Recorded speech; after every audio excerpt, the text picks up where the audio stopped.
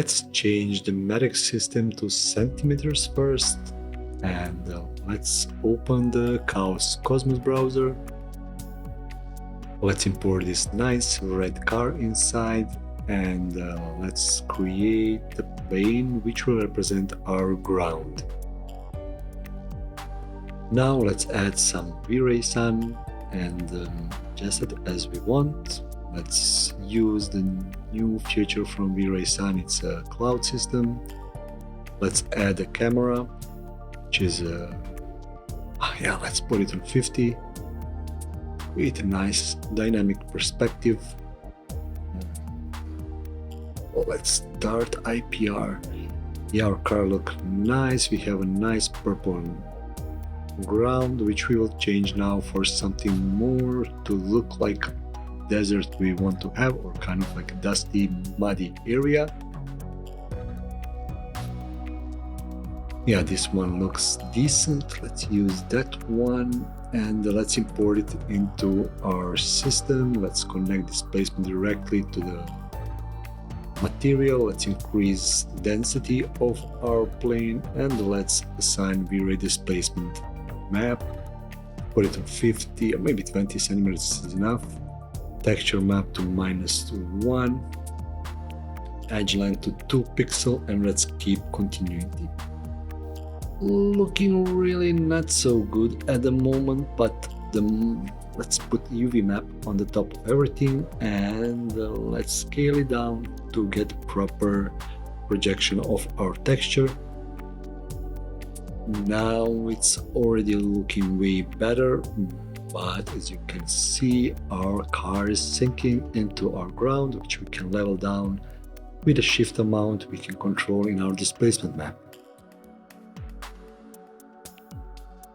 Okay, let's create some kind of background for our image just to keep it more interesting. Let's select the rocks, maybe this one. No, well, this one looks interesting. Let's keep this one. First, check high poly source and export it out to 3D Studio Max.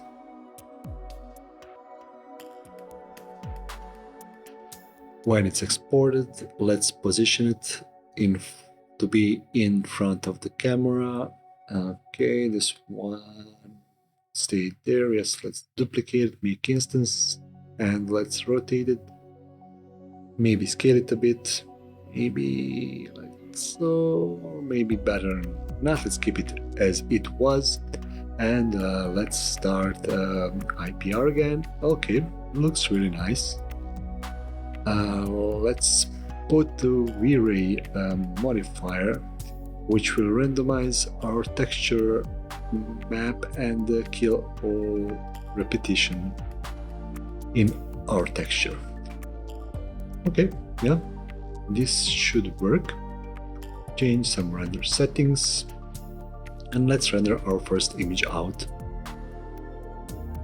Okay, getting into the place. I think it's looking cool. Now we can add our road track, which proper way of doing this should be either simulation, or you will export huge UDIMS maps for this plane and then play with the Photoshop and create proper map from it. But this will take lots of time, so let's try it like this. Create several splines.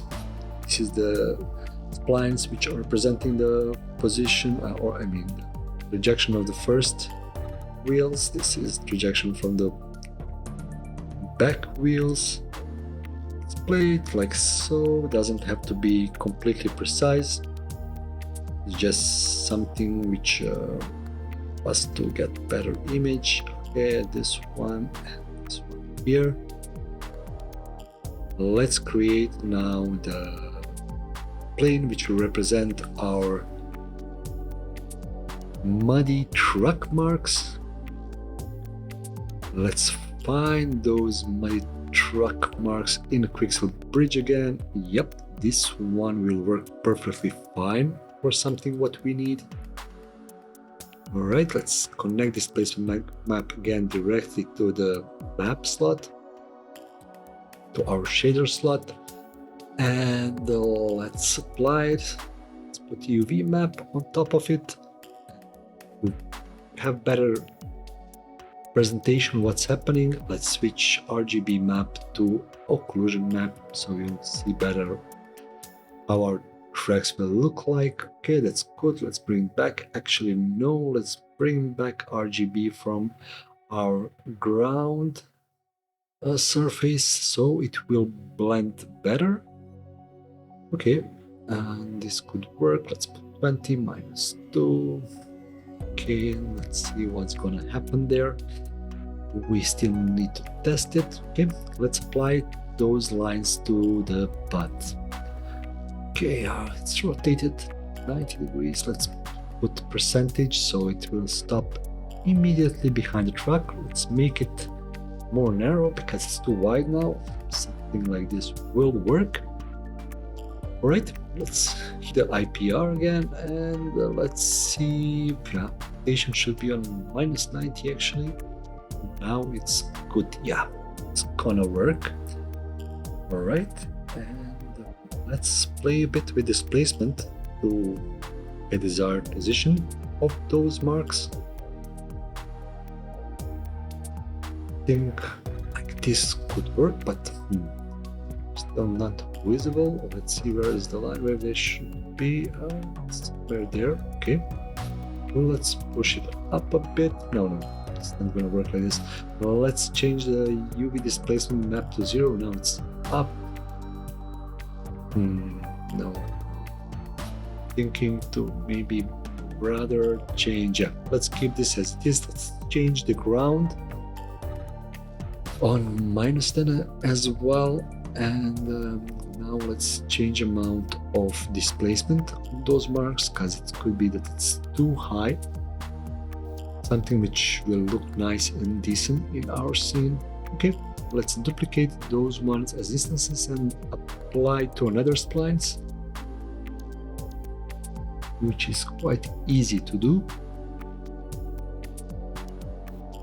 Just approach this like complete artistic task, not so much technical, just see where the tracks should be and how they need to feel in the scene, and see the magic is already happening.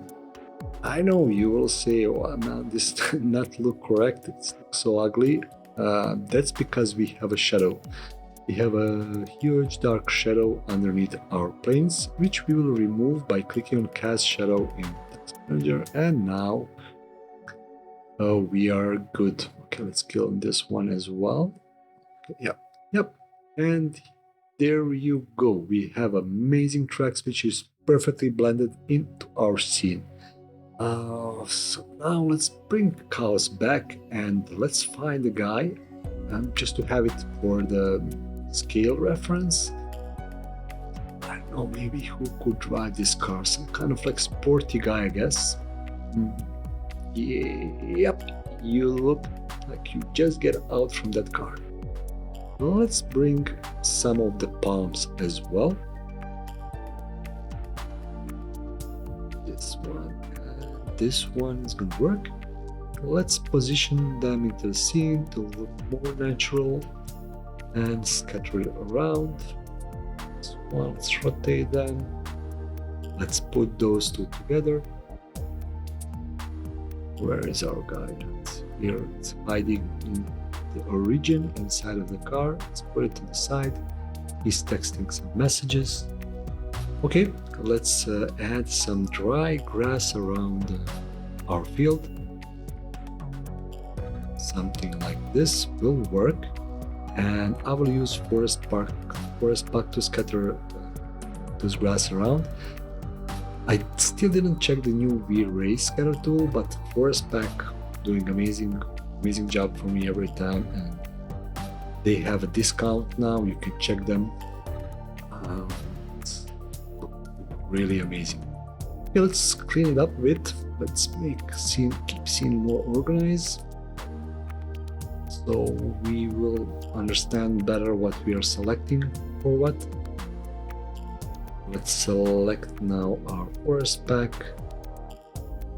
and add some of our dry leaves, dry grasses. Let's select some patch system. It's too much. Definitely let's keep it to low. 1000, I guess it's gonna work. Yeah. Alright, let's select our track lines so we can remove the grass whenever our marks are. So, like so, yeah. 150. For this 110, yeah. I'm gonna work 50. Why not? 75.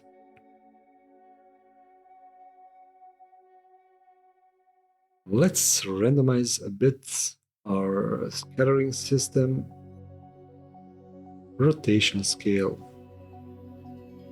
and position. And I think that's it. We are ready to start IPR one more time. Everything looks good.